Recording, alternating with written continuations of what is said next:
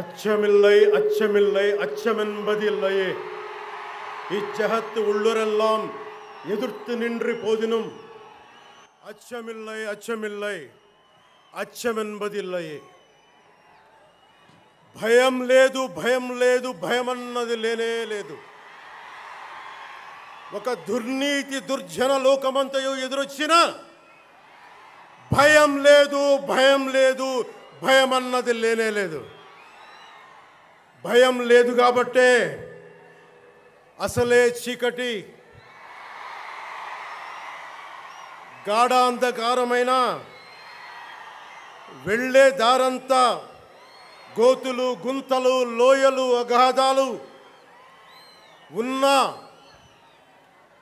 ఇల్లేమో దూరమైన చేతిలో దీపం లేకపోయినా గుండె ధైర్యమే కవచంగా ధరించిన వాణ్ణి కనుకే అన్నీ ఒక్కడే అయి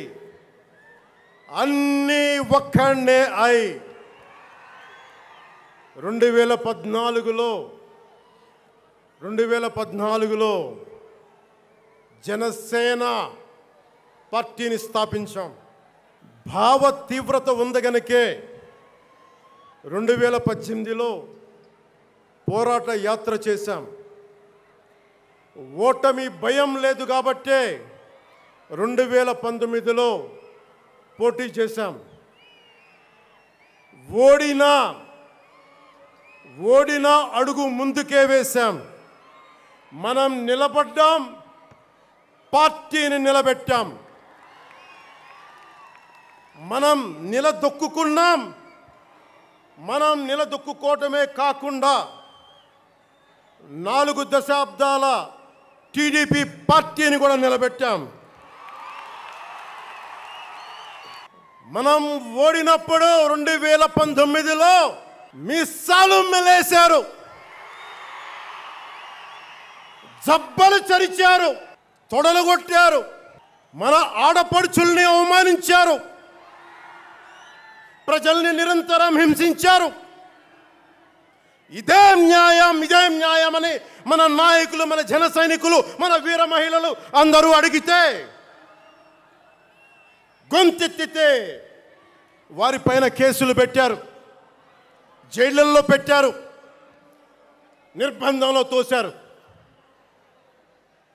4 దశాబ్దాల సుదీర్ఘ రాజకీయ అనుభవం ఉన్న నాయకుడిని అక్రమ కేసుల్లో బంధించారు. వారి తెలుగుదేశం పార్టీ కార్యకర్తల్ని, సీనియర్ నాయకుల్ని రోడ్డు మీదకి రావాలంటే భయపడేలా చేశారు. ఇక నాలాంటి వాణ్ణి తిట్టని తిట్టు లేదు, పాల్ చేయని అవమానం లేదు, చేయని కుట్ర లేదు, వేయని కుతంత్రం లేదు. ఈ ఎన్నికల్లో అసెంబ్లీ గేటును కూడా తాకలేవు అని మనల్ని ఛాలెంజ్ చేసి సరిచిన ఆ తొడల్ని బద్దలు కొట్టాం. ఏం చేశాం? బద్దలు కొట్టాం. బద్దలు కొట్టి ఆంధ్రప్రదేశ్ అసెంబ్లీలో 21 మంది ఎమ్మెల్యేలతోటి, పార్లమెంటులో 2 ఎంపీలతోటి అడుగుపెట్టాం.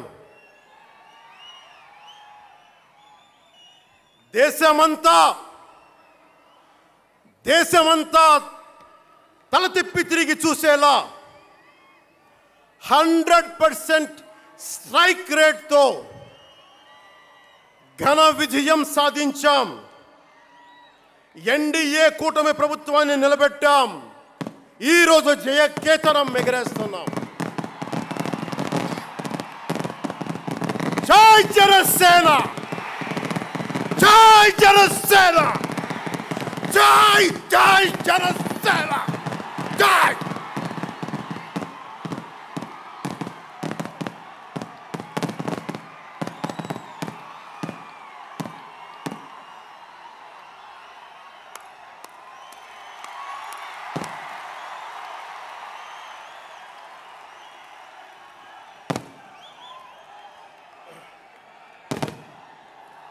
భరత భూమి నేర్పినదో, ప్రజాకోటి నేర్పినదో నిజమేమిటో కానీ ఒట్టి చేతిలో శత్రువుపై దుమికే శక్తి ఉంది అని చెప్పిన దాశరథి కృష్ణమాచార్య మాట బలం తెలంగాణకే కాదు, నెల్లూరులో చదువుకున్న నాకు కూడా. అందుకేనేమో అలా మన జనసేన జన్మస్థలం తెలంగాణ అయ్యింది, కర్మస్థలం ఆంధ్ర అయ్యింది. రుద్రవీణ వాయిస్తా, అగ్ని ధారలు కురిపిస్తా, తిరుగుబాటు జెండా పట్టిస్తా, దుష్ట పాలన నుండి విముక్తి కలిగిస్తా అన్న కృష్ణమాచార్య మాటలు మాకే కాదు, మబ్బుల్లో పరిగెత్తే పిడుగులు, వేట కోసం బయటకొచ్చిన కొదమ సింహాలు వారికి కూడా ఊతమిచ్చినాయి. ఊతమివ్వబట్టే 24 ఎన్నికల్లో దాష్టీక ప్రభుత్వాన్ని దించి కూటమి ప్రభుత్వాన్ని, ఎన్డీఏ కూటమి ప్రభుత్వాన్ని గెలిపించారు. అందుకని మీ అందరికీ గుండెల్లోతుల్లో నుంచి ధన్యవాదాలు. మూగవోయిన కోటి తమ్ముల గళాల పాట పలికించి కదిలి జవమ్మ కూర్చి నా కళానికి బలమిచ్చి నడిపినట్టి నా తెలంగాణ కోటి రతనాల వీణ, నా తెలంగాణ కోటి రతనాల వీణ. అలాంటి కోటి దివిటీల క్రాంతి జ్యోతి తెలంగాణకు ఆ రోజున కరెంట్ షాక్ తగిలి చనిపోబోయిన నాకు కొండగట్టు ఆంజనేయుడి దయ, తెలంగాణ అన్నదమ్ముల దీవెన, నన్ను ప్రేమించే ప్రజలందరి దీవెన నాకు పునర్జన్మనిచ్చింది తెలంగాణ భూమి. అలాంటి తెలంగాణ నేల తల్లికి నా వందనాలు, హృదయపూర్వక వందనాలు. బండెన్క బండి గట్టి 16 బండ్లు గట్టి ఏ బండిలో పోతావు కొడక నైజాం సర్కార్ రోడా అని కాలిక గజ్జగట్టి చేత కర్ర బట్టి కాలిక గజ్జ కట్టి ఆటనే పాటనే ఆయుధంగా మలిచిన వాడు, యువత గుండెల్లో పోరాట స్ఫూర్తిని నింపిన వాడు, నేను కనిపిస్తే ఎలా ఉన్నావురా తమ్మి అని ఆప్యాయంగా పలకించే మన మధ్య లేని నా అన్న, నా గద్దరన్న, నేల నుంచి వచ్చిన నా తెలంగాణ జన సైనికులకి, జనసేన నాయకులకి, వీర మహిళలకు నా హృదయపూర్వక శుభాకాంక్షలు. మా ఆడపడుచులు, మా వీర మహిళలు, మీ పోరాట స్ఫూర్తిని నేను మర్చిపోలేను. మీరు నా దృష్టిలో, ప్రజల దృష్టిలో, అందరి దృష్టిలో మీరు రాణి రుద్రమ్మలు, వీరనారి గున్నమ్మలు, మా జనసేన వీర మహిళలు. మా జనసేన ఆడపడుచులు అందరి క్షేమం కాంక్షించే సూర్యదేవుని లేలేత కిరణాలు. తేడా వస్తే కాల్చి కథం చేసే లేజర్ బీములు మా జనసేన వీర మహిళలు. అలాంటి మీకు, మా ఆడపడుచులకి, మా వీర మహిళలకి నేను మీకు రుణపడి ఉంటాను. సీనియర్ నాయకులు కొనతాల గారు చెప్పినట్టుగా ఈరోజు హోలీ పర్వదినం. రంగులు, ఉత్సాహం, మైత్రిని పంచే పండగ. చెడు పోయింది, మంచి వచ్చిందని చెప్పి రంగులు జల్లుకునే పండగ. మన జయకేతనం ఎగరవేసిన రోజున హోలీ కూడా రావటం యాదృచ్ఛికం కాదు, భగవంతుడి నిర్ణయం. అందుకని దేశ ప్రజలందరికీ నా హోలీ శుభాకాంక్షలు తెలియజేస్తా ఉన్నాను. ये भगवान का आशीर्वाद है कि जनसेना का यह खास दिन होली के पावन त्योहार के साथ आया है. मेरे लिए होली रंगों का त्योहार है, एकता का त्योहार है, दोस्ती का उत्सव है, खुशी और उल्लास का पर्व है. इस शुभ अवसर पर मैं इस मंच से, पिठापुरम से आप सभी को होली की हार्दिक शुभकामनाएं देता हूं. తమిళనాడు నుంచి నాకు ఎంతో ప్రేమనిచ్చారు. మన స్పీచ్లు చూస్తారంట నాకు తెలియదు. మన తమిళనాడు పర్యటనకి వెళ్తే అందరూ నాకు ఎంతో ప్రేమనిచ్చారు. షణ్ముఖ యాత్రకి వెళితే నేను తమిళనాడులో చాలా కీలకమైన దశలో ఉన్నవాడిని, పెరిగినవాడిని. సుబ్రహ్మణ్య భారతీయారిని స్ఫూర్తిని నింపుకున్నవాడిని. అలాంటి తమిళనాడు ప్రజలందరికీ నా మనస్ఫూర్తిగా మీకు నా నమస్కారాలు. రమణ మహర్షి ఉళ్ళిట్ట ఎన్నట్లు సిద్ధర్గల్ వాళింద సిద్ధపేట్ల సిద్ధర్ భూమి ఉలహ పుదుమరియం తిరుక్కురళవై உலகுக்கு தந்த ஞான பூமி அச்சமில்லை அச்சமில்லை என முழுங்கிய மகாகவி பாரதியார் வீரபூமி உலகத்தை ரட்சிக்கும் கந்தசஷ்டி கவசம் எனும் அருண்கோடை தந்த ஆன்மீக பூமியாம் தமிழகத்தை சேர்ந்த என் அன்பு உள்ளங்களுக்கு எனது அன்பு நிறைந்த வணக்கங்கள். మన మహారాష్ట్రకి వెళితే నాకు మహారాష్ట్రలో అభిమానులు ఉంటారు. అది కూడా రాజకీయ పరంగా ఉంటారు, సినిమాల పరంగా కాకుండా అని నాకు తెలియలే. ఎంతో ప్రేమనిచ్చారు.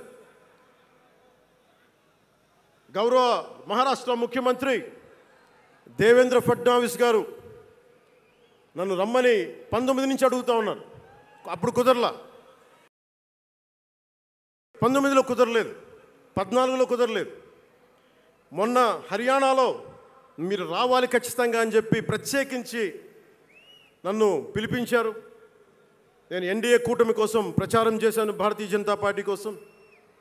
వెళ్ళిన అన్ని సీట్లు దాదాపు 95% మనం గెలిచాం, ఒక్క సీటు తప్ప. మీకు తెలుసు, నాకు మరాఠీ నేల, మహారాష్ట్ర నేల, ఛత్రపతి శివాజీ మహారాజ్ నేల, ఛత్రపతి సంభాజీ మహారాజ్ నేల. అలాంటి నేలకి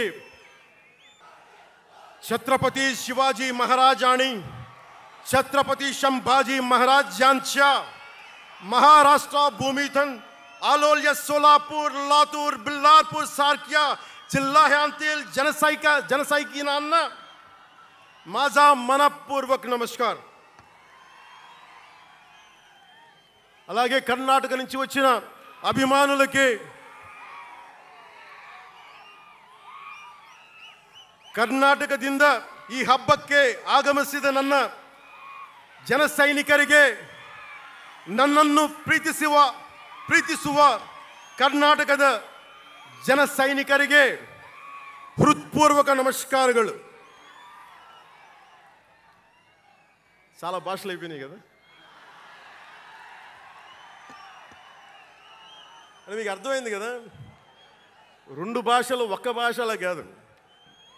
భారతదేశానికి కావాల్సింది తమిళనాడుతో సహా we need multiple languages, not just two.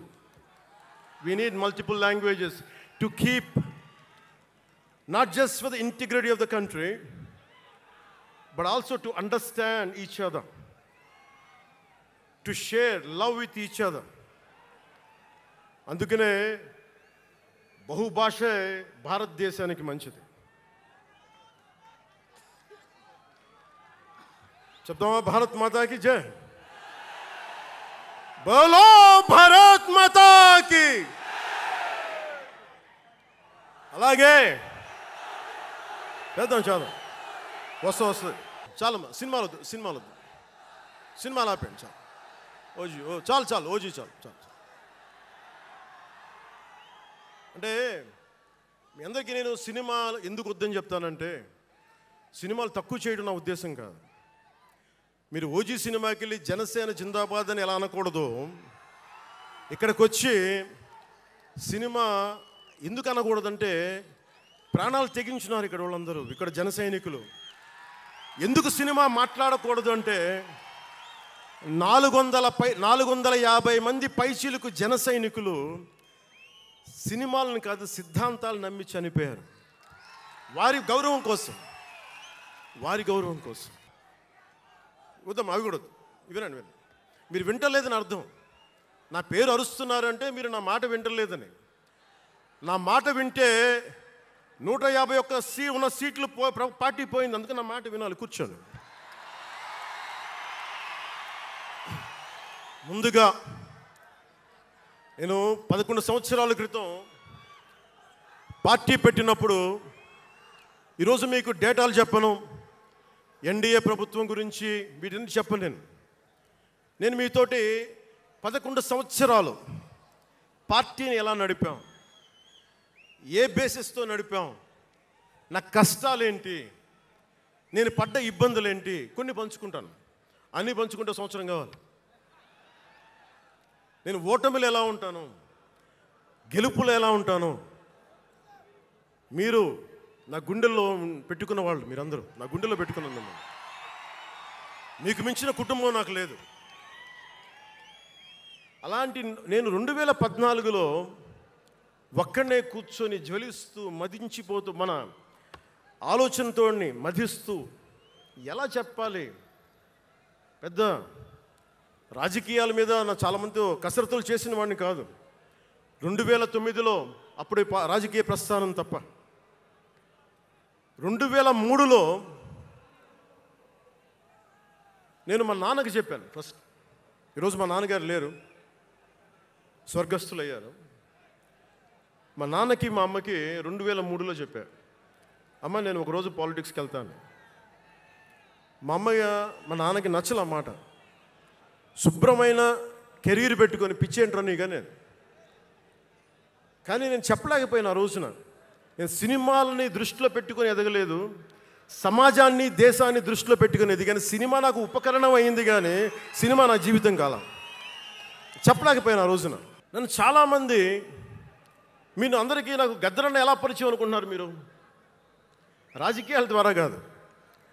గద్దరన్న ఖుషీ సినిమా చూసి మా అన్నయ్య గారిని పట్టుకొని, మా అన్నయ్య గారి దగ్గరికి వచ్చి, మా పెద్దన్నయ్య గారి దగ్గరికి వచ్చి, మీ తమ్ముడిని కలవాల్సిందే నేను. మా అన్నయ్య ఫోన్ చేశారు, అని నేను గద్దర్ గారు కలుస్తారంటారా.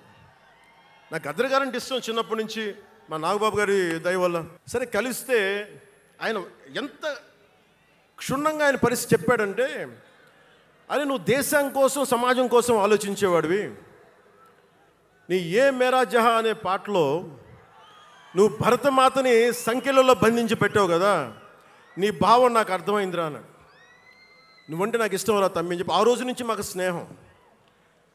అది నాకు అన్నా తమ్ముడ బంధం అయిందని ఆయన చనిపోయేలోపు. అలాగే 2006లో నేను విపరీతంగా ఒక పిహెచ్డి కోసం, ఒక స్కాలర్ ఎలా చదువుతాడో పుస్తకాల మధ్యలో సినిమాలు చేశాను. అందుకే నా సినిమాలు మీకు నచ్చి ఉండకపోవచ్చు ఆ రోజున. కానీ నా జ్వలనాన్ని ఎక్కడో ఢిల్లీలో కూర్చొని ఒక్కళ్ళు, ఢిల్లీ యూనివర్సిటీలో పనిచేసే ఒక ప్రొఫెసర్, ప్రకాశం జిల్లాకు చెందిన వ్యక్తి, నాకు తెలియదు ఆయన ప్రకాశం జిల్లా వ్యక్తి. నా రోజున ఆయన వచ్చి మిమ్మల్ని కలవాలని చెప్పి ఒక నెల రోజులు నా వెంట పడితే ఆయన కలిశారు. ఆయన వచ్చి నన్ను ఒకే ఒక మాట అడిగారు 2006లో, మీరు రాజకీయాల్లోకి వస్తారా? బహుజన సిద్ధాంతం మేము ముందుకెళ్తాం. చాలామంది అడిగి నన్ను పంపించారు, మీరు సంసిద్ధం అంటే నేను మాట్లాడతాను, నేను కదుపుతానంటే ఆ రోజున నాకు ఇంకా మెచ్యూరిటీ లేదు. ఒక కుటుంబాన్ని నడపడానికే చాలా శ్రమ పడాలి. ఒక కుటుంబాన్ని ఏకతాటిపైన తీసుకురావాలంటే నేను కష్టపడాలి. ఒక సినిమా చేయాలంటే నేను ఇంత కష్టపడాలి. ఇన్ని కోట్ల మందికి సంబంధించిన జీవితాన్ని ఒక భావంతో కట్టిపడేయాలంటే నాకు ఇంకా అంత మెచ్యూరిటీ లేదు. మెచ్యూరిటీ వచ్చిన రోజున మీకు తెలియజేస్తానని చెప్పాను. ఆ వ్యక్తి అప్పటి నుంచి ఇప్పటిదాకా అరుదుగా అప్పుడప్పుడు కలుస్తూ ఉంటాను.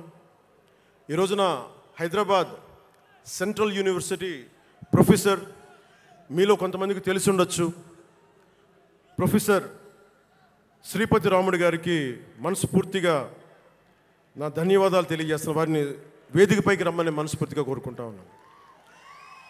ఎందుకంటే మీరు ఓజీ ఓజీ అని అరుస్తూ ఉంటే నన్ను సినిమాల కంటే కూడా సినిమాల్లో ప్రజలకి పనిచేసే మనిషిని చూశారు ఇలాంటి మేధావులందరూ, పోరాట యోధులందరూ.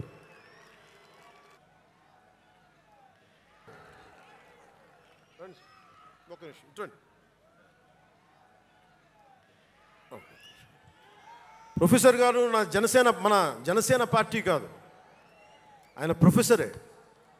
బహుజన సిద్ధాంతాల కోసం, అంబేద్కర్ ఆశయాల కోసం, అణగారిన వర్గాల కోసం నిలబడ్డ వ్యక్తి. ఆయన చాలామంది విద్యార్థుల్ని పిహెచ్డీలకి సిద్ధం చేసే వ్యక్తి. మన దగ్గరున్న బేతపూడి విజయ్ కుమార్ గారు కూడా ఆయన శిష్యుడే. ఇలాంటి శిష్యులు ఎంతోమంది తయారు చేసి ఆయన జనసేన ఎప్పుడు నాకు అండగా ఉంటారు. ఓడిపోయినా నిలబడ్డా ఎప్పుడైనా సరే నమ్మకం ఏంటంటే మీరు ఉండాలి, మీరు రాణించాలని నిరంతరం తప్పించే శ్రీపతి రాముడు గారికి నేను ఇవ్వగలిగేది ఒకటే, నా గుండెల నుంచి ప్రేమ ఇవ్వగలను.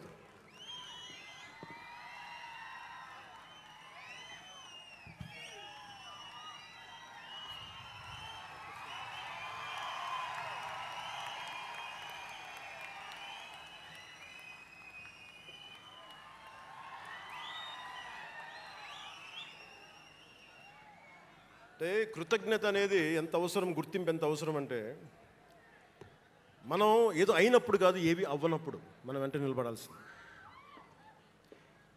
నేను థ్యాంకింగ్ నోట్స్ చెప్దాం అనుకున్నా. ఎవరికి చెప్పాలి? ముందుగా ఈ సభా వేదిక కోసం పారిశుద్ధ్య సిబ్బందికి, నా గుండెల్లో పెట్టుకొని గౌరవించే నా పారిశుద్ధ్య సిబ్బందికి ముందుగా మీ అందరికీ నా హృదయపూర్వక నమస్కారాలు, హృదయపూర్వక ధన్యవాదాలు. యాక్చువల్గా నేను అనుకుంది ముందుగా పారిశుద్ధ కార్మికులకి సన్మానం చేసి స్పీచ్ మొదలు పెడదామని. ఎక్కువ మంది ఉండటం వల్ల సమయం సరిపోదు కాబట్టి రేపొద్దున మన సీనియర్ నాయకులందరినీ, సోదరులు నాగబాబు గారిని, ఎమ్మెల్సీ వారిని గౌరవించి చేయవలసిందిగా నేను కోరుకుంటున్నాను. అలాగే దారి పొడవునా శుభాకాంక్షలు తెలియజేసిన హోర్డింగ్స్ ద్వారా నా సోదరులు సోదరీమణులందరికీ, ప్రతి ఒక్కరికి, నాయకులందరికీ నా ధన్యవాదాలు. డిప్యూటీ సీఎం పేషి అధికారులందరికీ కూడా నా ధన్యవాదాలు. నా సెక్యూరిటీ సిబ్బందికి కూడా నా ధన్యవాదాలు. ఈ ఆవిర్భావ దినోత్సవానికి ముందుండి నడిపించిన గౌరవ సివిల్ సప్లైస్ మంత్రి, Janasena political affairs committee chairman, నన్ను కాలానికి నా పరీక్షలు పెట్టి కానీ ఒకసారి నిర్ణయం తీసుకున్న తర్వాత ఓడిపోయినా కానీ వెన్నంటే నిలబడ్డ నా సోదరుడు పిఎస్సి చైర్మన్, గౌరవ సివిల్ సప్లైస్ మంత్రి శ్రీ నాదెండ్ల మనోహర్ గారికి నా హృదయపూర్వక ధన్యవాదాలు.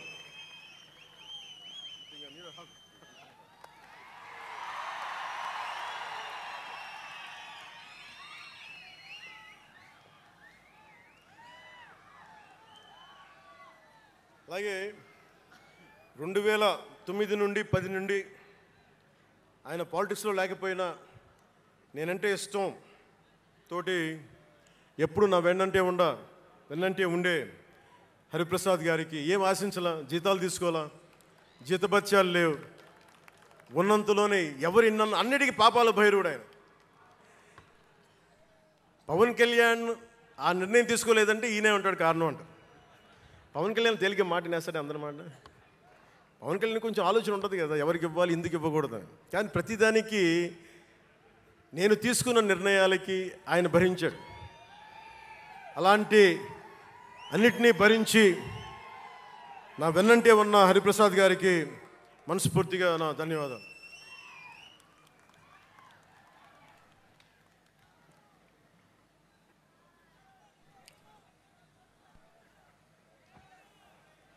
అలాగే అన్ని కమిటీల సభ్యులందరికీ పేరు పేరున, కేకే గారికి, తెగించే గుణమున్న పంచకర్ల సందీప్కి, పోరాటం చేసిన నాయకులందరికీ నా ప్రత్యేక ధన్యవాదాలు. సోషల్ మీడియా సిబ్బందికి, స్టేజ్ కల్చరల్ ఆర్టిస్టులందరికీ, ఫుడ్ సప్లయర్స్ అందరికీ, దాతలకి, డాక్టర్స్ టీమ్కి, ప్రతి ఒక్కరికి నా హృదయపూర్వక నమస్కారాలు. ఇందాక ఆ పైన హెలికాప్టర్లో వస్తుంటే చాలామంది ఫోటోగ్రాఫ్స్ కనిపించినాయి. ముఖ్యంగా తెలుగు సినిమా హీరోలు, సూపర్ స్టార్స్ ఫొటోస్. ప్రభాస్ గారిది, మహేష్ బాబు గారిది, జూనియర్ ఎన్టీఆర్ గారిది, అల్లు అర్జున్ గారిది, సాయి ధరమ్ తేజ్ గారి, నందమూరి అభిమానులు, మెగాస్టార్ చిరంజీవి గారి అభిమానులకి, మెగాస్టార్ తనయులు, గేమ్ చేంజర్ రామ్ చరణ్ గారి అభిమానులు, తెలుగు హీరో హీరోయిన్లు, ప్రతి నటుల అందరి హీరోల అభిమానులు, మీ అందరికీ కూడా నా ప్రత్యేక నమస్కారాలు, ధన్యవాదాలు. అలాగే పవన్ కళ్యాణ్ అభిమానులు కూడా నా హృదయపూర్వక నమస్కారం.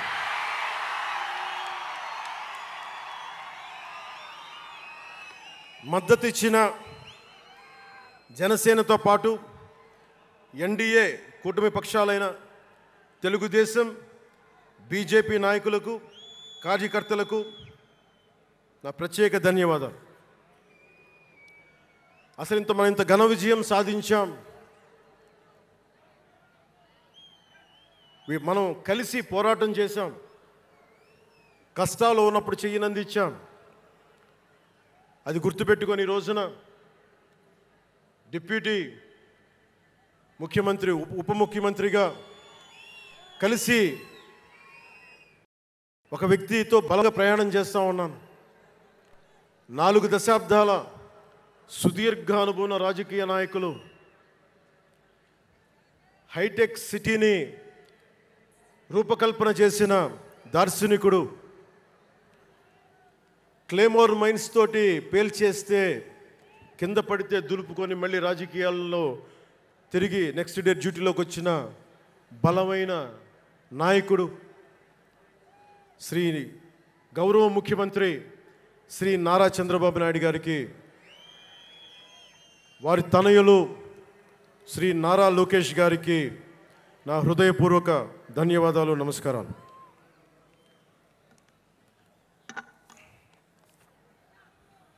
ఒకసారి నా నోటి నుంచి 11 సంవత్సరాలు నలిగాం కదా, మన ఎంపీలు మన పేర్లు నా నోటి గుండా చెప్పాలి మీ అందరికీ అని చెప్పడానికి.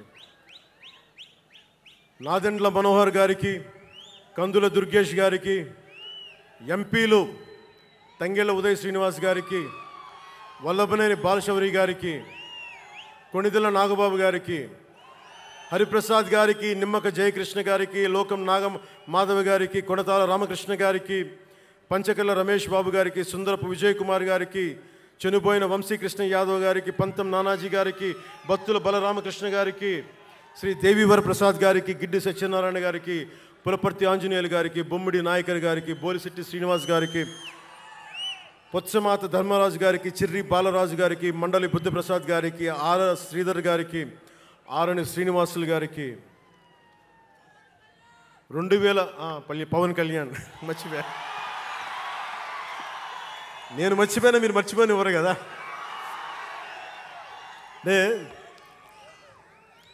ఇది మన 11వ సంవత్సరం. వారు 11కి అంకితం చేశాం.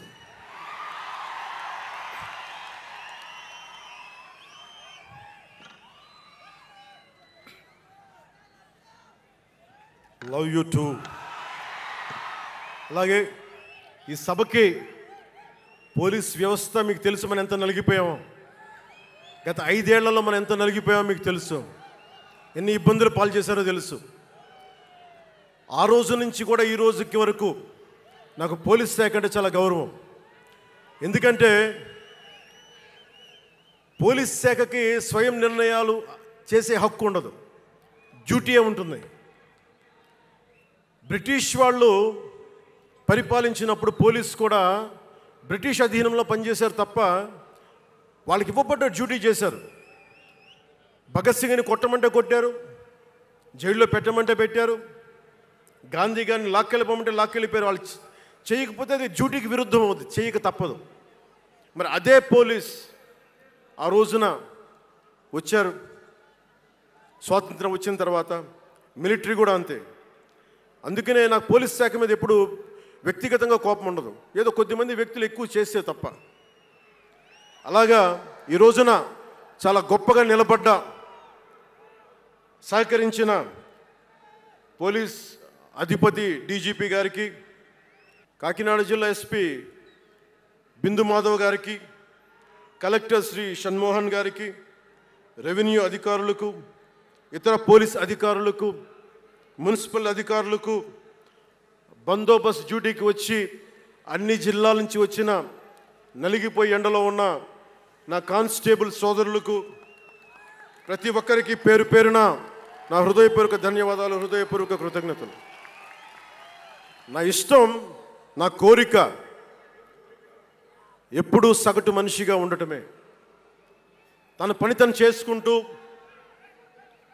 ఉండటం, ఎవరి జోలికి వెళ్లకుండా ఉండటం, బతికేయడం, తన కుటుంబం వరకు జీవితాన్ని కుదించడం, సగటు మధ్యతరగతి మనిషిగా బతకాలనేది నా కోరిక చిన్నప్పటి నుంచి.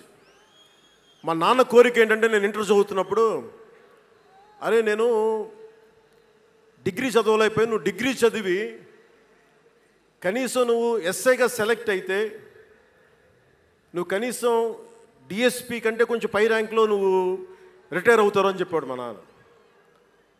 దురదృష్టవశాత్తు నేను డిగ్రీ చేయలేకపోయా. చాలా చిన్న జీవితాలు మాయి. మా అన్నయ్య గారు ఏదో యాక్టర్ అయిపోయారు తప్ప నాకు రావాలి నేను ఎప్పుడు అనుకోలే. అదే నెల్లూరులో, అదే ఫతేఖాన్పేటలో చిన్న ఇంట్లో ఇంకొక మామిడి మొక్క ఉంటే బాగుంటుంది అనుకున్న కోరిక తప్ప కోట్లు సంపాదించాలి, పేరు రావాలని ఎప్పుడు ఆశించాల. సో నన్ను ఎలా పెంచారు మా ఇంట్లో అంటే మీరు ఆశ్చర్యపోతారు. మొన్న నా friend Anand Sai TTD board సభ్యుడిగా నియమితులయ్యారు. అతను చెప్తా ఉన్నాడు నాకు ఈ మధ్యన, నన్ను ఎలా పెంచారంటే మా ఇంట్లో అతని ఆనంద్ సాయి మాటల్లో, చిన్న తంబి అని తమిళ సినిమా ఉంటుంది, మన తెలుగులో చంటి అని సినిమా తీశారు. చిన్న తంబి కదా ఆనంద్, అవునా? అందులో హీరోయిన్ని ఎలా పెంచుతారు ఇంట్లో నుంచి బయటికి వెళ్ళకుండా, చంటిలో హీరోయిన్ మీనాని ఎలా పెంచారు ఇంట్లో నుంచి బయటికి వెళ్ళకుండా, మా ఇంట్లో నన్ను అలా పెంచారు. వీడి బయటికి వెళ్తే ఏమైపోతాడో, సున్నితమైన వ్యక్తి, వీడికి ఆస్తమా ఉంది, వీడికి ఇలాంటి పరిస్థితుల్లో నన్ను ఇంట్లో నుంచి కదలనివ్వకుండా, ఎక్కడికి వెళ్ళనివ్వకుండా, ఎక్కడికన్నా బయటికి వెళ్తే పంపించారు. ఒకరోజు చెన్నైలో నేను అన్నానగర్లో కంప్యూటర్ ప్రోగ్రామింగ్ కోర్స్ చేసేవాడిని 1 సంవత్సరం పాటు. ఆ ప్రోగ్రామ్ ఫైనల్ చేసే పరిస్థితుల్లో టైం 10:30 అయింది, 10:30 రాత్రి. ఇంటికి వెళ్ళడం గంట లేట్ అయింది. అంటే మనం సాయంత్రం 6 గంటలకల్లా వెళ్ళిపోవాలి. ఆ రోజు 10:30కి వెళ్తే చెప్పా పెట్టకుండా, అంటే మన కొంచెం లేట్ అయింది ఎగ్జామ్స్ వల్ల. ఇంటికి వెళ్ళేటప్పటికి ఎలా ఉంది అంటే, ఇంట్లో ఆడపిల్ల వెళ్ళిపోతే ఇల్లు ఎలా ఉంటుందో, 10:30కి నేను ఇంటికి వెళ్తే మా అన్నయ్య షూటింగ్ నుంచి క్యాన్సిల్ చేసుకుని వచ్చేస్తా ఉన్నారు. మా వదిన ఇంట్లో హాల్లో ఉంది, మా నాగబాబు వీధి బయట తిరుగుతూ ఉన్నాడు. మొత్తం అందరూ ఏమైపోయాడు, ఎక్కడికి ఏమైపోయాడని. నేను ఎగ్జామ్ రాసి వస్తున్నాను, బస్సులు దొరకలేదు, నాకు 2 బస్సులు మారి రావాలని చెప్పాను. నాకు కార్లు లేవు ఆ టైంలో. అంటే అలాంటి నన్ను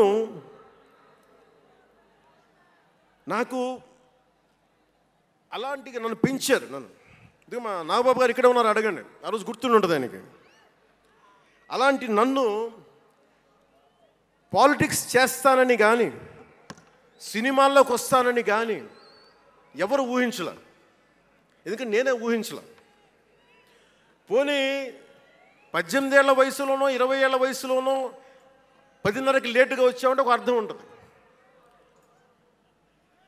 అక్కడమ్మాయి ఇక్కడ అబ్బాయి, గోకులంలో సీత, సుస్వాగతం, తొలి ప్రేమ చేస్తున్న సమయంలో, మేబీ తొలి ప్రేమ ముందు అటో ఇటో, సంగీత్ థియేటర్లో, హైదరాబాద్ సంగీత్ థియేటర్లో క్లింట్ ఈస్ట్వుడ్ నాకు ఇష్టమైన హీరో, అతను సినిమాకి వెళ్ళా. బ్రిడ్జెస్ ఆఫ్ మాడిసన్ కౌంటీ అని ఒక ఇంగ్లీష్ నవల్ ఆధారంగా తీశారు. అది నాకు ఇస్తుంది ఆ నవల్. సో ఎలా తీశారని చెప్పి నేను షూటింగ్ రిలీజ్ కూడా అయిపోయినట్టుంది తొలి ప్రేమ. నేను నా ఫ్రెండ్ ఆనంద్ సాయిని, హరీష్ పాయిని, ఇంకో 2-3తోటి సెకండ్ షోకి వెళ్ళా. సెకండ్ షోకి వెళ్ళి ఇంటికి వస్తే కింద మా నాన్న, ఇంట్లో పైన రూమ్లో పడుకోవాల్సిన మా నాన్న కింద కుర్చీ వేసుకొని ఓ నీల్ కమల్ చైర్ వేసుకొని నా కోసం వెయిట్ చేస్తూ ఉన్నాడు. ఎక్కడికి రా వెళ్ళామని. షూటింగ్ అన్నాడు. షూటింగ్ అన్నాడు, సినిమాకి వెళ్ళానంటే ఆయన ఎట్లా తిట్టాడంటే నన్ను, నేను చాలా తప్పుడు పనులు చేసేస్తున్నట్టుగా, ఏదో బార్లో కూర్చొని తాగేసినట్టుగా. నేను అప్పటికి కొంచెం గుండె ధైర్యం తెచ్చుకొని చెప్పాను. అక్కడ మా నాన్నంటే భయం, చిన్నప్పుడు చాలా కొట్టేవాడు మా నాన్న మమ్మల్ని. ఆ భయం నన్ను కొట్టింది తక్కువ కానీ మా అన్నయ్యని కొట్టింది ఎక్కువ. సో యముడికి మొగుళ్ళలో ప్రసాద్ బాబు ఉంటాడు. చిరంజీవి గారు పక్క వ్యక్తిని కొడితే ఇతను లైన్లోకి వచ్చేస్తాడు. అక్కడ నేను డిసిప్లిన్లోకి వచ్చాను. అట్లాగే వీళ్ళని కొడితే నేను డిసిప్లిన్లోకి వచ్చాను. నాకు ఆయన కొట్టక్కర్లేదు, నేను డిసిప్లిన్గా ఉంటాను. సో నాకు మా నాన్న చూడగానే భయం వేసింది. కొడతాడా గబుక్కున్నా బాగుండదేమో అనుకునేవాడిని. నేను చెప్పాను కొంచెం బలం తెచ్చుకొని. 3 సినిమాలు హిట్లు వచ్చినాయి, 4వ సినిమా రిలీజ్ అయ్యి హిట్ అయింది తొలి ప్రేమ. నాన్న నేను హీరో నన్న సంగతి కూడా మర్చిపోకు, నువ్వు అర్థం చేసుకో అని చెప్పాను. ఇంకా ఎక్కువ తిట్టాడు. అంటే మా నాన్న తిట్లు ఎలా ఉన్నాయంటే చెప్పలేను. కానీ ఈ అర్ధరాత్రి అపరాత్రి తిరుగుళ్ళు ఏంట్రా, ఈ సెకండ్ షోలకి వెళ్ళడం ఏంటి, ఏదో హీరో అయ్యావు అయితే అన్ని హెల్ప్ చేసేస్తావా అని తల ఉంచుకొని పైకి వెళ్ళిపోయాడు. అంటే అలాంటి నేను ఇన్ని కోట్ల మందికి సంబంధించిన పాలిటిక్స్ చేయాలంటే భగవంతుడు రాసిన రాత కాకపోతే నేను కోరుకున్నదా కాదు అది. అలాంటి వాతావరణంలో పెరిగిన నేను ఈ సినిమాలు ఏంటో, ఈ పాలిటిక్స్ ఏంటో, పార్టీ పెట్టడం ఏంటో అని అనుకుంటే అంటే ఇందాక ఎందుకు బయటికి వెళ్ళానంటే ఇవన్నీ ఆలోచిస్తున్నా. ఇదంతా భగవంతుడు మాయ తప్ప నాది కాదు నాకు తెలుసు. అలాంటి జీవితానికి దారి ఏర్పరిచింది, ప్రజా సమస్యలపై నిలబడేలా చేసింది, పార్టీ పెట్టనిచ్చింది నాలోని భావ తీవ్రత. పార్టీ పెట్టనిచ్చింది భావ తీవ్రత. పుస్తక పఠనం, డబ్బులు సంపాదించాక ఖర్చు పెట్టనంటే ఎలా కుదరదో, వద్దనుకున్న ఏదోలా ఖర్చు అయిపోతాయి. అలాగా కొంత జ్ఞానం వచ్చాక, కొంత చదివాక, కొంత చెయ్యగలిగే సత్తా ఉన్నాక నేను ఊరికనే కూర్చుంటాను, నేను ఏమి చెయ్యనంటే జీవితం అలా ఉండనివ్వదు. అలాంటి నన్ను ఏదో సాటర్డే సండే షూటింగ్ ప్రాక్టీస్కి వెళ్ళి మెడ్రాస్ రైఫిల్ క్లబ్లో, మార్నింగ్ లయలో కాలేజీలో జాగింగ్ చేసుకొని, ఇంటికి వచ్చి పుస్తకాలు చదువుకొని, మా వదినకి ఏదైనా అవసరమైతే పనులు చేసి పెట్టి, ఇలాంటి నేను సగటు మనిషి, మధ్యతరగతి మనిషి, అంతకుమించి వేరే పట్ల. పనగల్ పార్క్ వెళ్ళి కూరగాయలు తీసుకురావడం, వంకాయ ఎంత, తక్కాలి ఎంత, అంటే మన ఉల్లిపాయలు వంకాయలు ఎంత అని ఇట్లాంటివి తీసుకొచ్చేవాడిని. నెల్లూరులో పెద్ద బజారు వచ్చి, మన పెద్ద బజారు చిన్న బజారుకి వెళ్ళి ఇంటికి కావాల్సిన సామాన్లు తీసుకొచ్చేవాడిని. నాకు అంతకుమించి జీవితాన్ని కోరుకోలేదు నేను. అలాంటిది నేను యాక్టర్ అయ్యాను, ఈరోజున పొలిటికల్ లీడర్ అయ్యాను, దేశమంతా గుర్తించే అయ్యానంటే ఇది ఏది కూడా నేను కోరుకుంది కాదు, నాకు ఇవ్వబడింది.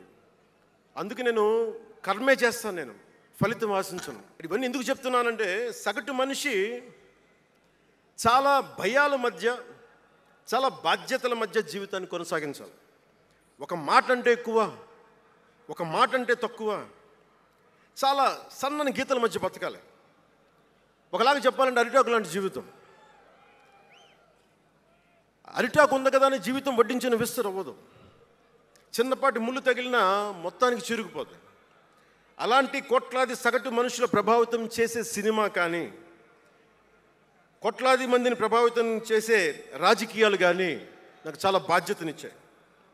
సినిమాలో ఎంత చెప్తే మంచిది, ఎంత చెప్తే మంచిది కాదని ఆలోచించి చేసేవాడిని.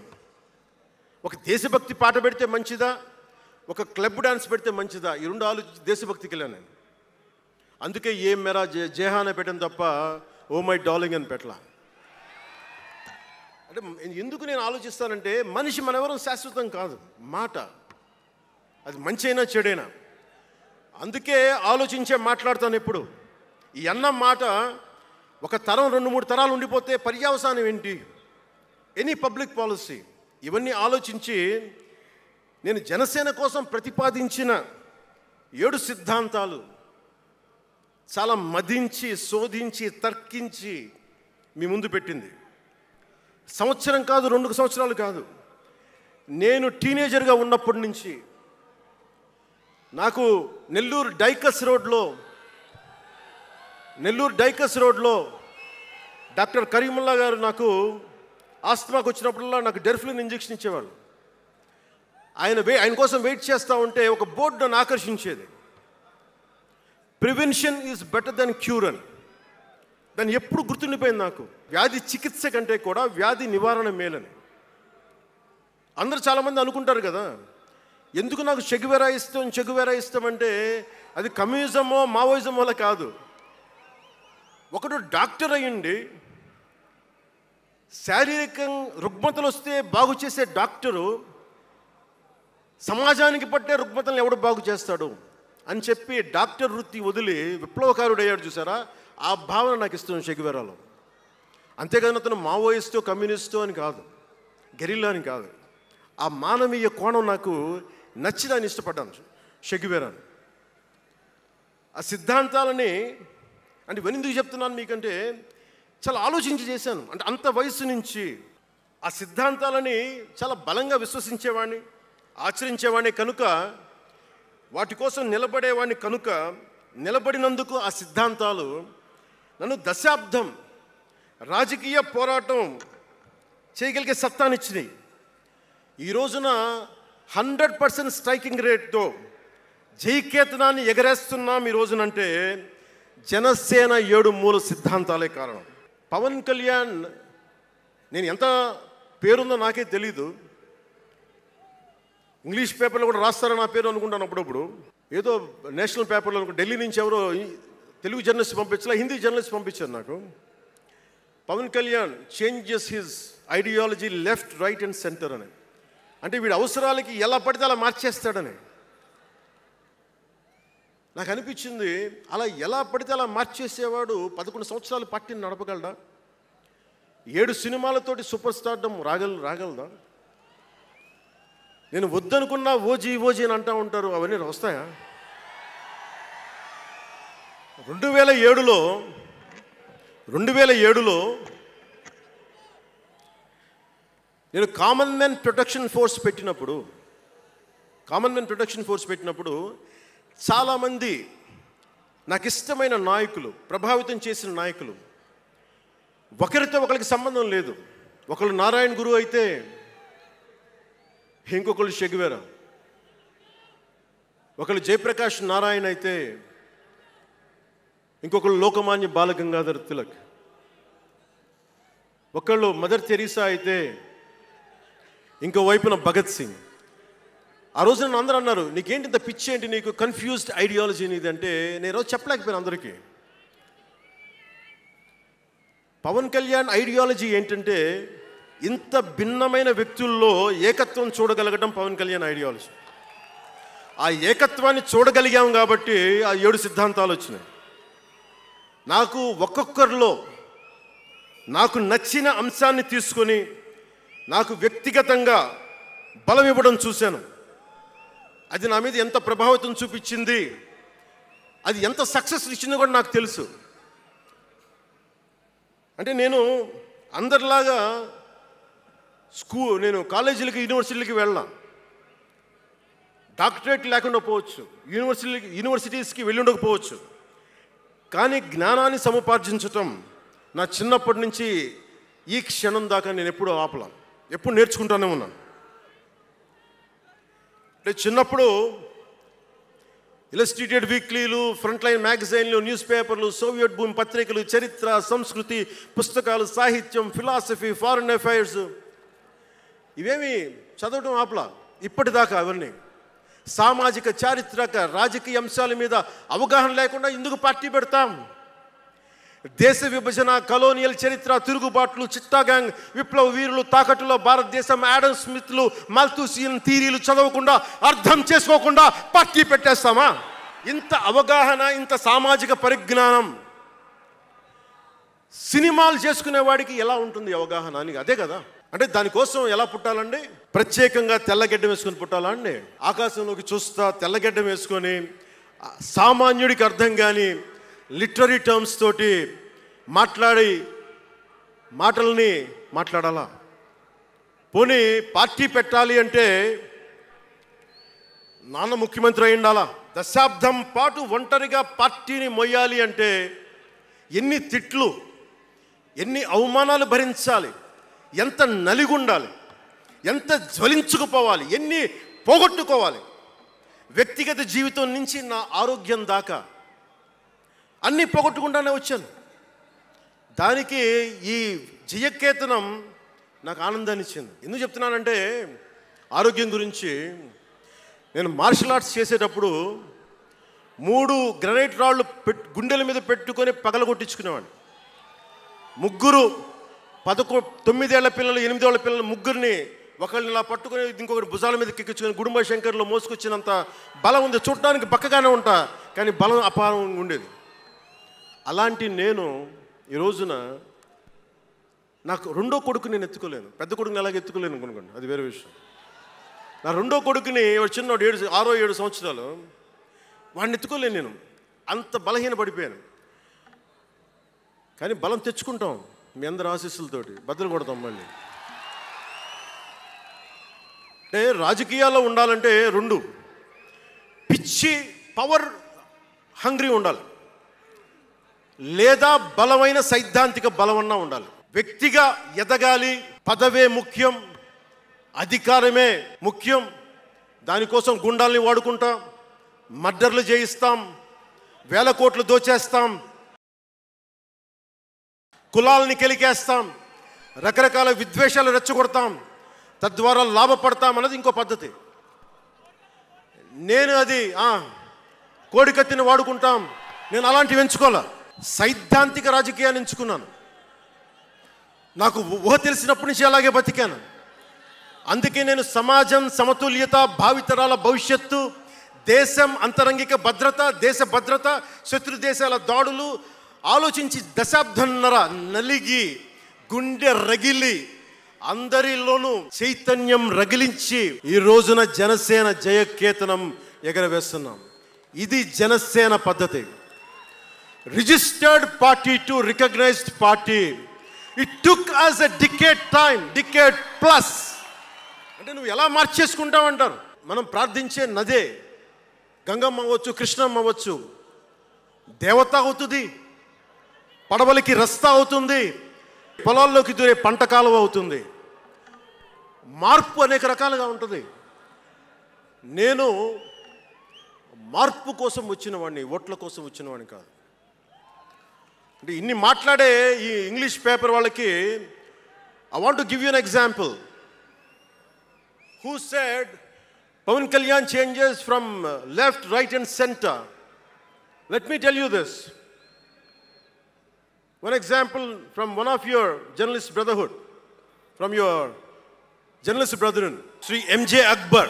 He wrote a book called Riot After Riot. ఆ పుస్తకంలో ఎంటైరిటీ అంతా how BJP is wrong, how BJP is communal అని all the stories he picked up is all about anti-BJP. But in 2014, same Mr. MJ Akbar has become MP for BJP.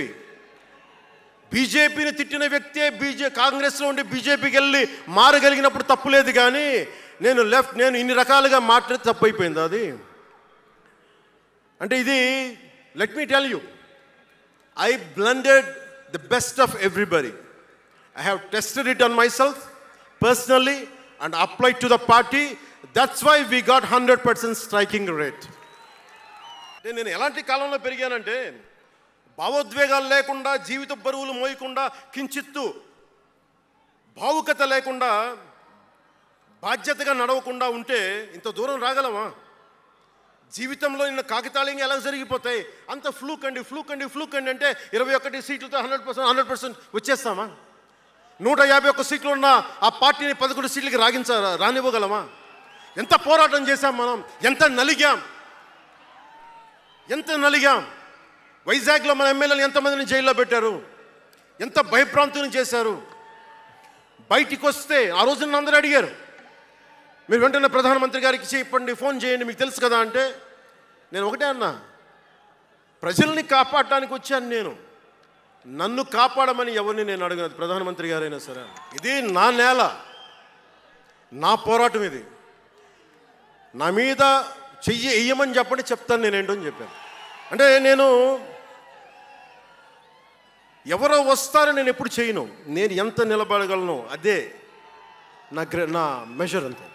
నేను ఎలాంటి జీవితం నుంచి వచ్చానంటే, నాకు చుట్టుపక్కల పేరెంట్స్ కమ్యూనిస్టులు, పిల్లలేమో క్యాపిటలిస్టులు.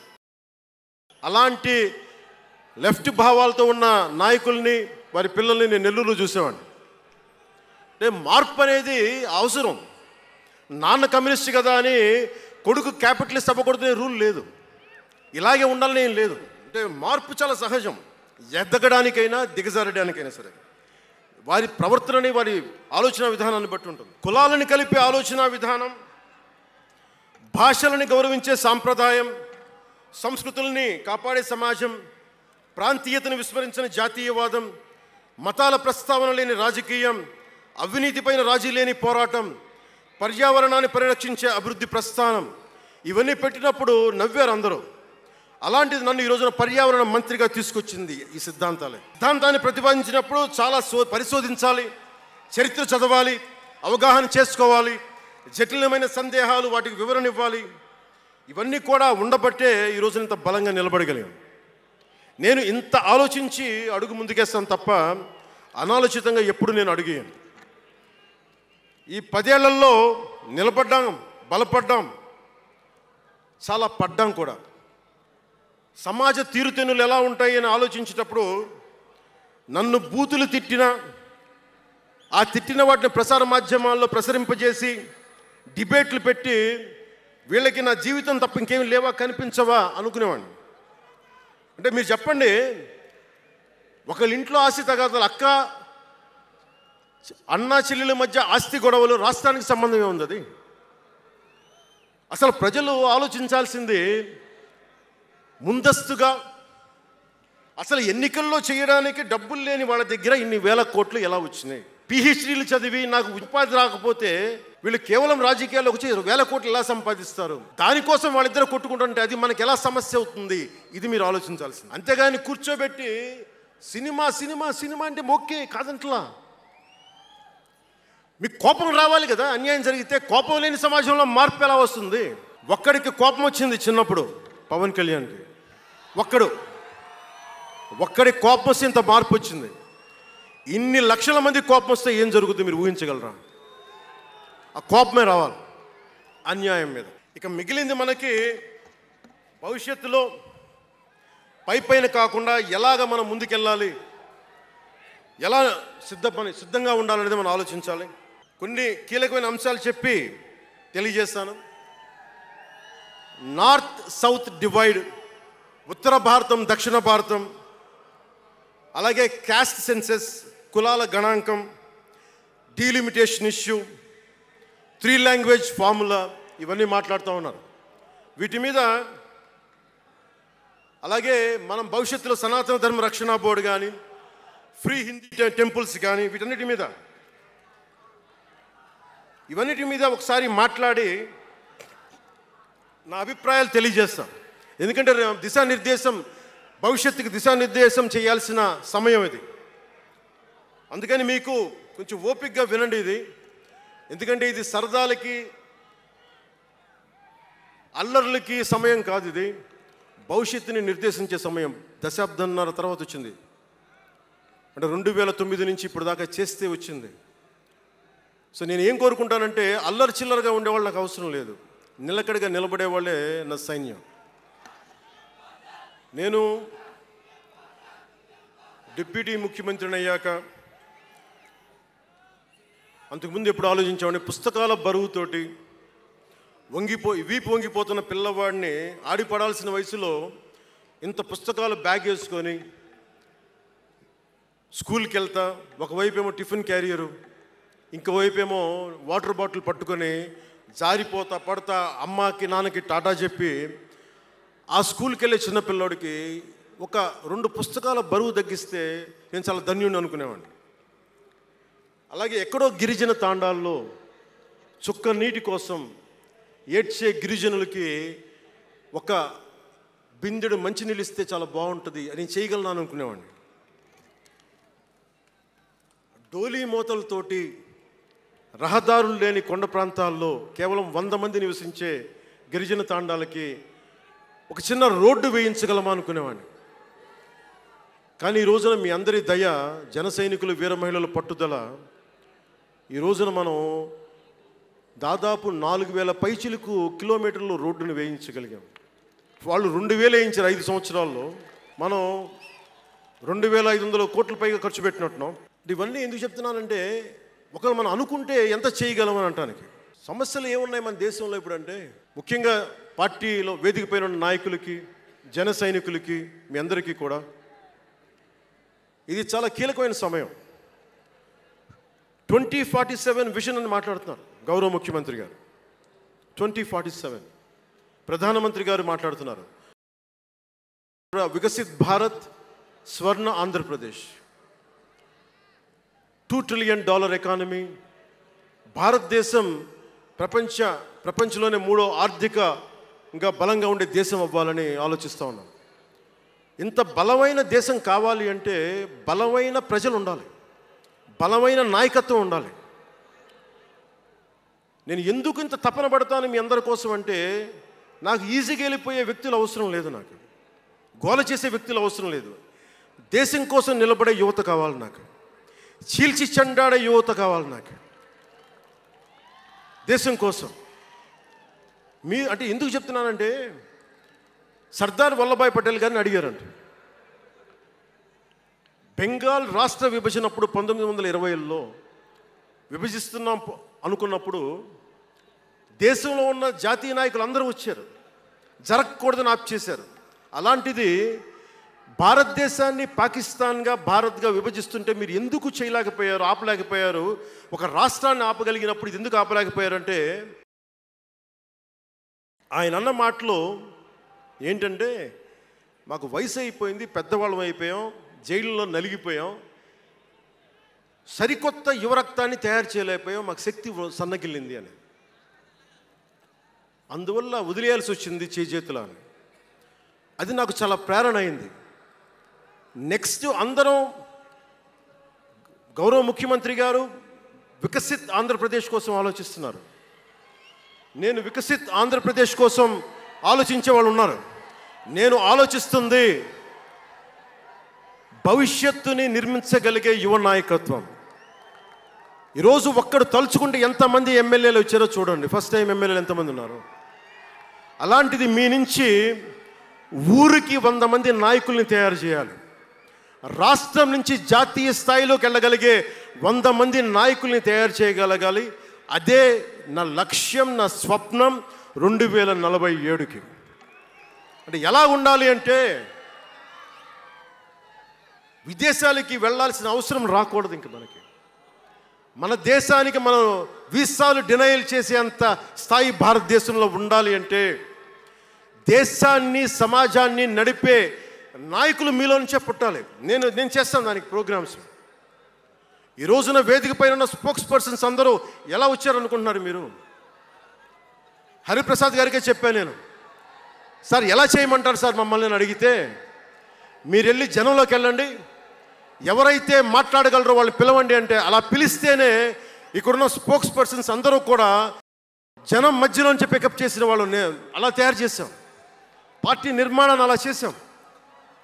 నా కోరిక ఆంధ్రప్రదేశ్ తెలంగాణ నుంచి దేశాన్ని ప్రభావితం చేసే 100 మంది యువ నాయకుల్ని, మహిళలు కావచ్చు, యువకులు కావచ్చు, అదే నా లక్ష్యం.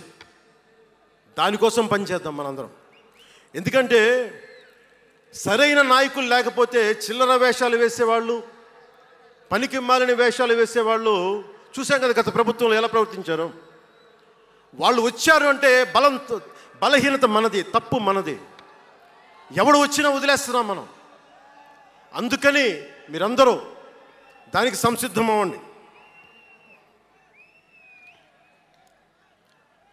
ఇంకొక మాట వాళ్ళు మాట్లాడింది ఇందాక ఆ ఇంగ్లీష్ పత్రికలో, ఒకటి చె గువేరా గురించి మాట్లాడారు, దానికి సమాధానం చెప్పాను. ఇంకోటి ఏమంటారంటే, Pawan Kalyan has suddenly become a Hindu defender, a Sanatani defender అని. Do I have to become a defender for Sanatana Dharma? It is within my blood. I don't have to prove it. Today maybe you might be seeing it today. Always I had it in my blood. నేను 14 ఏళ్ల వయసు నుంచి, right from the age of 14, I was doing diksha. 14 సంవత్సరాల నుంచి ఎప్పుడు అయ్యప్ప దీక్ష చేసేవాడిని. మొన్నే మా అన్నయ్య, మా నాగబాబు, మా అమ్మ, నేను ఒక ఫోటో చూపించారు ఎవరో. నేను కాషాయ బట్టలో ఉన్నా, మా అన్నయ్య, మా పెద్దన్నయ్య, మా చిన్నయ్య, మా పెద్దన్నయ్య, మా అమ్మ నవ్వుతూ ఉన్నారు. నేను ఈ ఫోటో ఎలా పెట్టానంటే, ఏంటి జీవితం, వైరాగ్యంతో ఉండేవాడు. అంటే నేను నా ధర్మం మీద నాకు అంత గౌరవం. సో నాకు మీరెవరూ కొత్తగా సర్టిఫికేట్లు ఇవ్వాల్సిన అవసరం లేదు, నేను మీకు ప్రూవ్ చేసుకోవాల్సిన అవసరం అంతకంటే లేదు. ఏదైనా మాట్లాడదాం వీళ్ళందరితో అంటే, సడన్గా నువ్వు తిరుపతి లడ్డూలు కల్తీ అయిపోతే నువ్వు ఎర్ర బట్టలు వేసుకొని ఇవన్నీ మాట్లాడుతున్నావు అంటే, నేను చెప్పండి, మీరు ఇప్పుడు దాకా 219 టెంపుల్స్, 219 టెంపుల్స్ అపవిత్రం చేస్తే, మన అంతర్వేది రథాన్ని తగలబెడితే నేను వచ్చిండొచ్చు కదా. రామతీర్థంలో రామచంద్రుల వారి విగ్రహాన్ని తల నరికేస్తే నేను బయటకు వచ్చి గోల చేసి ఉండొచ్చు కదా. ఎందుకు స్టేట్మెంట్గా పరిమితం అయ్యాం? చిన్నప్పటి నుంచి మా ఇంట్లో రామనామ జపం ఉండేది. మా నాన్న ఉమ్మడి కమ్యూనిస్ట్ పార్టీ సభ్యుడు, ఎథీస్ట్ ఒకప్పుడు, టీన్స్లో 20లో. ఆయన మరి ఎలా మారిందో మనసు తెలియదు కానీ విపరీతమైన రామభక్తుడు అయిపోయాడు నేను పుట్టేటప్పటికి. మా ఇంట్లో ఎప్పుడూ రామనామమే ఉండేది. ఆ రామనామాన్ని జపిస్తూనే నాకు జబ్బు వచ్చినా మా నాన్న రామనామమే చెప్పేవాడు. అలాంటి రామనామం జపించే మాకు రాముడి విగ్రహం తల నరికేస్తే కోపం రాకూడదంటారేంటి మీరు? ఇదే మీకు ఒక మహమ్మద్ ప్రవక్తకి పవిత్ర రంజాన్ మాసంలో మహమ్మద్ ప్రవక్తకి మీరు ఒక మాటని దూషించగలరా? దూషించి బతకగలరా? అల్లాని ఒక మాట అనగలరా? జీసస్ క్రైస్ట్ ఒక మాట అనగలరా? మేరీ మాతని ఒక మాట అనగలరా? కానీ పార్వతీ దేవిని తిడతారు, లక్ష్మీ మాతని తిడతారు. అంటే నువ్వు ఇస్లాంకి అపవిత్రం జరిగితే మాట్లాడితే సెక్యులరిజం, జగన్మాతకి కానీ, పార్వతీదేవికి కానీ, శివుడికి కానీ, రాముడికి కానీ, అయ్యప్పకి కానీ అపవిత్రం జరిగితే మా మనోభావాలు బాధపడకూడదు, గాయపడకూడదు, నోరు మూసుకొని కూర్చోవాలి. ఆ జనరేషన్ పోయిందిరా బాబు, ఆ జనరేషన్ పోయింది. ఒక తప్పుని తప్పుగానే చెప్తాం. ఒక హిందువు ఒక ముస్లిం పట్ల తప్పు చేస్తే తప్పనే చెప్తాం. ఓల్డ్ సిటీలో ఉండే ఒక నాయకుడు 15 నిమిషాలు కళ్ళు మూసుకోండి, పోలీసుల్ని మేము హిందువులకి ఏంటో మేము చూపిస్తామంటే అది తప్పు పట్టకూడదంటే ఎట్లా? అది మతోన్మాదమా? ఏం మాట్లాడుతున్నారు మీరు? బతుకమ్మ బతుకమ్మ బతుకమ్మ అని చెప్పి బతుకమ్మ పాటని మీరు వెటకారం చేసి ఓల్డ్ సిటీ నాయకుడు మాట్లాడితే దాన్ని డిఫెండ్ చేసుకోవటం హిందూ అహంకారం అంటే నేను ఏం చెప్పను నేను? అంటే అల్లాహకు ఒక న్యాయం, మహమ్మద్కి ఒక న్యాయం, అమ్మవారికి ఇంకో న్యాయమా? అలా కుదరదు బాబు. ఈ ధర్మం అందరికీ సమాన అవకాశం ఇచ్చింది. సనాతన ధర్మం ఉండబట్టే విజయనగర రాజులు మస్జిద్ కట్టించారు. సనాతన ధర్మం కాబట్టే బంగ్లాదేశ్ని హిందువుల రక్తంతో తడిపి బంగ్లాదేశ్కి విముక్తి కలిగించాం. ఈ చరిత్ర తెలుసుకుంటే కదా. దేశ విభజన జరిగింది. మీరు ఎంతమందికి తెలుసు దేశ విభజన కష్టాలు? మీరు సినిమాలు నడుస్తారు, అక్కడ తాగిపోయారు మీరు. నేను అక్కడ తాగలా. నేను అమితాబ్కి ఫ్యాన్ని, నేను చిరంజీవి గారికి ఫ్యాన్ని, కానీ దేశానికి అంతకంటే పెద్ద ఫ్యాన్ నేను. మనందరికీ బాబాసాహెబ్ అంబేద్కర్ గారి గురించి తెలుసు. First law minister of Bharat. ఎక్కడికి వెళ్ళినా ఆయనకి 100 అడుగులో, తెలంగాణకి వెళ్ళినా ఆంధ్రాకి వెళ్ళినా 100 అడుగులో ఇంకా పైన విగ్రహం పెట్టి మనం ఆరాధిస్తాం. మీకు ఎవరికైనా తెలుసా? అంటే సనాతన ధర్మాన్ని తిడతా ఉంటారు. మీకు ఎవరికైనా తెలుసా? పాకిస్తాన్ ఫస్ట్ లా మినిస్టర్ దళిత కమ్యూనిటీకి చెందిన జోగేంద్రనాథ్ మండల్. ఆయన పేరు ఎప్పుడైనా విన్నారా? ఎంతమంది వినుంటారు? ఆయన ఏ పరిస్థితిలో చచ్చిపోయారో తెలుసా? ఆయన నేను భారతదేశాన్ని నమ్మను, పాకిస్తాన్ని నమ్ముతాను అంటే అంబేద్కర్ గారితో సహా చాలామంది వద్దని చెప్పినా కానీ ఆయన పాకిస్తాన్కి వెళ్ళిపోయి దాన్ని బంగ్లాదేశ్లో చాలా హిందూ జిల్లాలు కలిపేసి ఆయన దళిత కులాల నుంచి వచ్చిన వ్యక్తి. అందరూ ఆయన మాటలు నమ్మి ఆయన సమాజం హిందువులందరూ ఉండిపోతే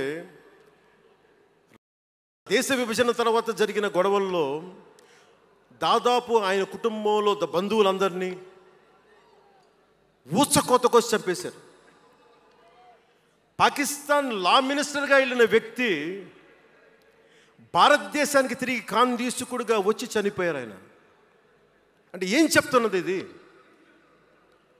10-12% ఉండే హిందువులు పాకిస్తాన్లో, 10-12% ఉండే హిందువులు ఉండే పాకిస్తాన్లో, బలూచిస్తాన్లో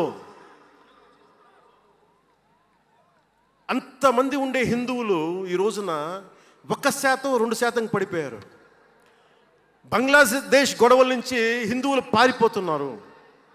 మన దేశంలో అలా జరిగిందా? ఎంత మర్యాద ఇస్తాం ఇస్లాంకి? నా దగ్గర ఉండే వ్యక్తులను అడగండి, ఇస్లాం పాటించే నా దగ్గర ఉండే నా సన్నిహితులను అడగండి. ఇది పవన్ కళ్యాణ్ గొప్పతనం కాదు, సనాతన ధర్మం నాకు నేర్పింది ఇది. నువ్వు రాముణ్ణి ఆరాధించు, అల్లాని గౌరవించు, అల్లాని ద్వేషించమని మాకు సనాతన ధర్మం చెప్పలా. ఇది చెప్పాలి, అర్థం చేసుకోవాలి. ఇది నేను ఒకసారి వైజాగ్లో 19లో ఒక సీనియర్ నాయకులను అడిగాను. నేనేమడిగానంటే secularism, what is the true meaning of secularism అని. మీరు ఒక హిందువు తప్పు చేస్తే ఖండించండి, ఒక ముస్లిం పట్ల ద్రోహం చేస్తే ఖండించండి, శిక్షించండి. అలాగే ఒక ముస్లిం ఒక హిందువుల్ని ద్వేషించినా దాడి చేసినా శిక్షించండి. ఇద్దరికి శిక్ష ఒకటే. అలా కాకుండా వీళ్ళనంటే ఓట్లు పోతాయి, వీళ్ళంటే ఓట్లు పోవని ఓట్లు రాజకీయం చేస్తేనే కదా ఈ రోజున ఇంత హైందవం భగవాన్ ఎందుకు ఉంది అంటే దీనివల్లే. Because of pseudo secularists. ఈ రోజున ఇది జరుగుతుందంటే because of you pseudo secularists, because of you. మీరే కనుక secularism, if you would applied in the true spirit, there would have no need for the changes what are there today. Old సిటీలో, పాత బస్తీ హైదరాబాద్లో మీరు 15 నిమిషాలు మీరు కళ్ళు మూసుకోండి పోలీసుల్ని, మేము హిందువులకి ఏంటో చూపిస్తామంటే నువ్వు ఎవరిని ఉద్దేశించి మాట్లాడుతున్నావు? హిందూ అంటే దాంట్లో పవన్ కళ్యాణ్ కూడా ఉన్నాడు. పొద్దున్న లేస్తే నేను హనీఫు, అబ్దుల్, మొత్తం రహీం వాళ్ళతోనే ఉంటాను నేను. కానీ నేను వాళ్ళతో ఉన్నాను కదా అని చెప్పి నాకు బాధ రాదని మీరు అనుకోకండి, తప్పది. ఓ గలత్ హై భయ్యా, తప్పది. వస్తుంది బాధ. నేను ఎవరిని నిందించట్లా. తిరుపతి కల్తీ లడ్డు చేస్తే నేను ముస్లింలను నిందించలా, క్రిస్టియన్లను నిందించలా. నేను నిందించింది దోషుల్ని పట్టుకోమని. చివరికి ఏం తేలారు? వాళ్ళందరూ హిందువులే కదా. నేను మాట్లాడుతుంది ఇది. This is secularism. If there is true secularism, మన నాయకులందరికీ చెప్తున్నాను, మీ అందరికీ చెప్తున్నాను, true secularism should be applied in the true spirit, not for damn convenient vote bank politics. Don't do it. Janasena is not for it. ఒక తప్పుని తప్పుగానే చెప్తాం. అంటే నేను ఎందుకు చెప్తున్నాను మీకు మాట అంటే, నారాజు గాకురమ్మ అన్నయ్య, నజీర్ అన్నయ్య, ముద్దుల కన్నయ్య, మన రోజు మనకుంది మన్నయ్య అన్నామంటే డ్యాన్సులు చేసా మీ సరదా కోసం. 1 minute డప్పులతో దీంతో డ్యాన్సులు చేసి అది మీ సరదా కోసం. కానీ నా కోసం ఆ లిరిక్ రాసుకున్నా. దేనికి రాశాను? గుజరాత్లో ఆ మారణహోమం జరిగితే దానికి చాలామంది ముస్లింలు చనిపోతే బాధతోటి నా హృదయం స్పందించి మాస్టర్జీ అనే ఒక ప్రజా కవి చేత నేను రాయించాను ఆ పాట. దాన్ని ఖండించినప్పుడు నేనేమనేది ఏంటంటే, అంటే నేను అంత నిష్పక్షపాతంగా ఉంటాను. నేను అనేది ఏంటంటే, గోద్రా మారణహోమం జరిగినప్పుడు ఖండించాలి, ఖండింపబడాలి. There is no second thought about it. కానీ అసలు ఎందుకు జరిగింది అని ఆలోచిస్తే, కరసేవక్స్ రామ భజన చేసుకుంటూ ట్రైన్లోకి వెళ్తే ఒక గోద్రాలో ట్రైన్ని తగలబెట్టేశారు. మరి దాని గురించి కూడా మాట్లాడాలి కదా. ఇది తప్పు, ఇది కూడా తప్పే. అలా జరిగి ఉండకుండా ఉండాల్సింది. బాధే నాకు. ఆ రోజు నేను సినిమాలో ఉన్నా కాబట్టి నారాజు గాకరని పెట్టా. అదే కనుక అలాంటి సంఘటన నుండి ఏం చేయాలి మనం? అలాంటి తప్పులు జరిగితే మొదటి తప్పు చేసిన వాడినే వెతికి వెతికి పట్టుకొని జ్యూస్ లాగా సెకండ్ వరల్డ్ వార్లో జర్మనీని ఎలాగా సౌత్ అమెరికాకి వెళ్ళినా ఎలా పట్టుకొని శిక్షించారో మొస్సాద్, అట్లాగా తప్పు ఎవడు చేయనండి, either is a Hindu or Muslim, ఎవరైతే మొదటి తప్పు చేశారో వాళ్ళను కనుక శిక్షిస్తే పర్యవసానమై ఉండవు. ఇది చాలా బలంగా ఆలోచించాలి. అంటే ఇవన్నీ ఎందుకు చెప్తున్నాను, ప్రతి ఒక్కరూ చాలా క్షుణ్ణంగా వినాలి. ఎందుకంటే భవిష్యత్తులో మీకు ఇవే పోరాటాలు. మీరు ఎమ్మెల్యేలు అయిపోయాం, మంత్రులు అయిపోయాం, అందరికీ కార్పొరేషన్ పదవులు వచ్చేసినాయి అంటే కాదు. ఇప్పుడు మనం వేసింది తొలి అడుగు మట్టుకే. నేను భారతదేశం కోసం చనిపోవడానికి సంసిద్ధంగా ఉన్నాను, గుర్తుపెట్టుకోండి. ఎందుకంటే నా ఇంటెన్సిటీ చాలా వైల్డ్గా ఉండదు. అంటే మాట్లాడితే సంస్కృతాన్ని తిడతారు, హిందీని మీరు రుద్దుతున్నారు, సౌత్లో దక్షిణాదిని అంటారు. అన్ని దేశ భాషలే కదా. మన తమిళనాడులో తమిళ్ హిందీ రాకూడదు అంటుంటే నాకు అనిపించింది మనసులో ఒకటే, అప్పుడు తమిళ సినిమాలను హిందీలోకి డబ్ చేయకండి. డబ్బులేమో హిందీ నుంచి కావాలి, ఉత్తరప్రదేశ్ నుంచి డబ్బులు కావాలి, బీహార్ నుంచి డబ్బులు కావాలి, ఛత్తీస్గఢ్ నుంచి డబ్బులు కావాలి, కానీ హిందీ మాకు వద్దంటే అదే న్యాయం. పనిచేసే వాళ్ళందరూ మనకి బీహార్ నుంచి రావాలి, కానీ హిందీని ద్వేషిస్తానంటే ఎట్లా? ఇవన్నీ మారాలి కదా. అందుకని భాషల్ని ద్వేషించాల్సిన అవసరం లేదు. అంటే మనం ముఖ్యంగా హిందువులందరికీ నేను చెప్తా ఉన్నాను, మీరు ముస్లింలను చూసి మీరు నేర్చుకోండి. పవిత్ర రంజాన్ మాసంలో ఉపవాస దీక్ష వహిస్తున్న నా ముస్లిం సోదరులందరికీ నా హృదయపూర్వక రంజాన్ శుభాకాంక్షలు. సంస్కృతాన్ని తిడతారు, గుళ్ళల్లో సంస్కృతాలు మంత్రాలు చదవకూడదంటారు. ముస్లిమ్స్ ఆ మాట అంటున్నారా? అరబిక్లోనే కదా. మా ఆంధ్రప్రదేశ్లో ముస్లిం కావచ్చు, తెలంగాణలో ఉన్న ముస్లిం కావచ్చు, తమిళనాడులో ఉన్న ముస్లిం కావచ్చు, అరబిక్లోనే కదా మంత్రాలు చదువుతారు, ప్రార్థిస్తారు. హిందూ ధర్మంలో సంస్కృతంలో చేస్తారు. దానికి ఏంటి సమస్య? తమిళంలో చదవాలా, తెలుగులో చదవాలా, కన్నడంలో చదవాలా? ఆ విధి విధానాలు ఉన్నాయి, వదిలేసేయండి వాటిని. వాటి జోలికి వెళ్ళకుండా కష్టాలని వాటిని పట్టించుకోండి. మాట్లాడితే భారతదేశాన్ని ఉత్తరం దక్షిణం అంటూ ఉంటారు. ఆంధ్రాని తెలంగాణ విభజన సమయంలో తెలంగాణ ఇవ్వకపోతే మేము ఈ భారతదేశానికి సంబంధించిన ఒక అన్న స్టేట్మెంట్లు చూసాం, అలాంటి నాయకుల్ని చూసాం. ఆంధ్రాని విభజిస్తుంటే ఆంధ్ర వాళ్ళు మేము ఇక్కడ సంబంధం లేదు, మేము భారతదేశంలో ఉన్నవన్న స్వయం నాయకులు నా దగ్గర అన్నారు. అంటే తెలంగాణ ఇవ్వకపోయినా, ఆంధ్ర ఇవ్వకపోయినా, విడగొట్టినా మేము భారతదేశంలోంచి విడిపోతామన్న మాటలు మీరు ఎలా మాట్లాడతారు? అంటే ప్రతి ఒక్కరికి కోపం వచ్చినప్పుడల్లా కట్ చేయడానికి భారతదేశం ఏదైనా కేక్ ముక్కడ్డా మీ అందరికీ? కట్ చేయడానికి, భారతదేశ సమగ్రతని విధ్వంసం చేయడానికి ఒక్కడు ఉంటే నాలాంటి వాళ్ళు 10 కోట్ల మంది బయటకు వస్తారు. తస్మాత్ జాగ్రత్త. నార్త్ సౌత్ డిబేట్కి నా సమాధానం ఒకటే. ఉత్తరాదిన ఉన్న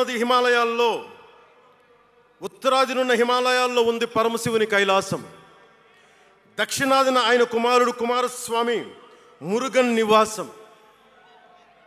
ఈ దేశాన్ని విడగొట్టే ధైర్యం, సాహసం ఎవ్వడికి ఉందని నేను అనుకోను. ఆ భయం నాకు లేదు. వారు ఎంచుకున్న ప్రదేశం ఈ భారతదేశం. అలాంటి దేశాన్ని విడగొట్టాలి అనుకుంటే ఒకసారి ఆలోచించి మాట్లాడండి. భాష వేరు, భావం వేరు. మీరు బయటవారు, మేము లోపల వారం. మీరు ఉత్తరాది వాళ్ళు తెల్లగా ఉంటారు, మేము దక్షిణాది వాళ్ళు నల్లగా ఉంటామంటే, మా ఇంట్లోనే ఒకళ్ళు, మా అన్నయ్య 6 అడుగులు 2 అంగుళాలు 3 అంగుళాలు, నేనేమో 5 అడుగులు 9-10 అంగుళాలు నేను. మా బంధువుల్లో అన్ని రకాల వాళ్ళు ఉంటాం. కొంతమంది నల్లగా ఉంటాం, కొంతమంది తెల్లగా ఉంటాం. ఏం చెప్తాం దీనికి? అర్థం లేని మాటలేంటి ఇవన్నీ? ఇలాంటి మాటలతోటి దేశాన్ని విచ్ఛిన్నం చేయకండి. రాజకీయ వైరుధ్యాలు వేరు, ఆ వైరుధ్యాలు ఉండడం సహజం. వైరుధ్యాలు ఉన్నాయి అనే నెపం మీద దేశాన్ని ముక్కలు చేయకండి. దక్షిణాదినున్న సెంగోల్, ఉత్తరాదినున్న ఢిల్లీ పార్లమెంట్లో ఉంది. ఒకవేళ వైరుధ్యం వస్తే వేర్పాటువాదం విడిపోమని కాదు, అది కాదు, కలిసి పరిష్కారం వెతకమని. డీలిమిటేషన్ ఉంది ఈ రోజున. డీలిమిటేషన్ జరిగితే పార్లమెంట్ సీట్లు దక్షిణాదికి తగ్గిపోతాయి అంటే అసలు తగ్గుతాయా లేదని డిస్కషన్ పెట్టండి. దానికి నేను రూపీ సింబల్ మార్చేస్తాను, నా భాషలో పెడతానంటే అప్పుడు మేము తెలుగులో కూడా పెట్టాలి. దానికి కన్నడ వాళ్ళు కన్నడంలో పెట్టాలి,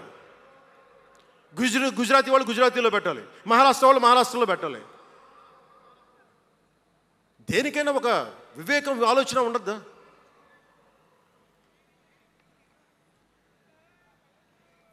ఉన్నత పదవుల్లో ఉన్నవారు మీరు చాలా ఆలోచించి చేయాలి. చాలా ప్రభావితం చేస్తాయి మీ మాటలు. ఒకటి విధ్వంసం చేయడం తేలిక, ఒకటి నిర్మాణం చేయడం కష్టం. నేను వివక్ష అనిపించలేదు అనుకుంటున్నారా మీరందరూ?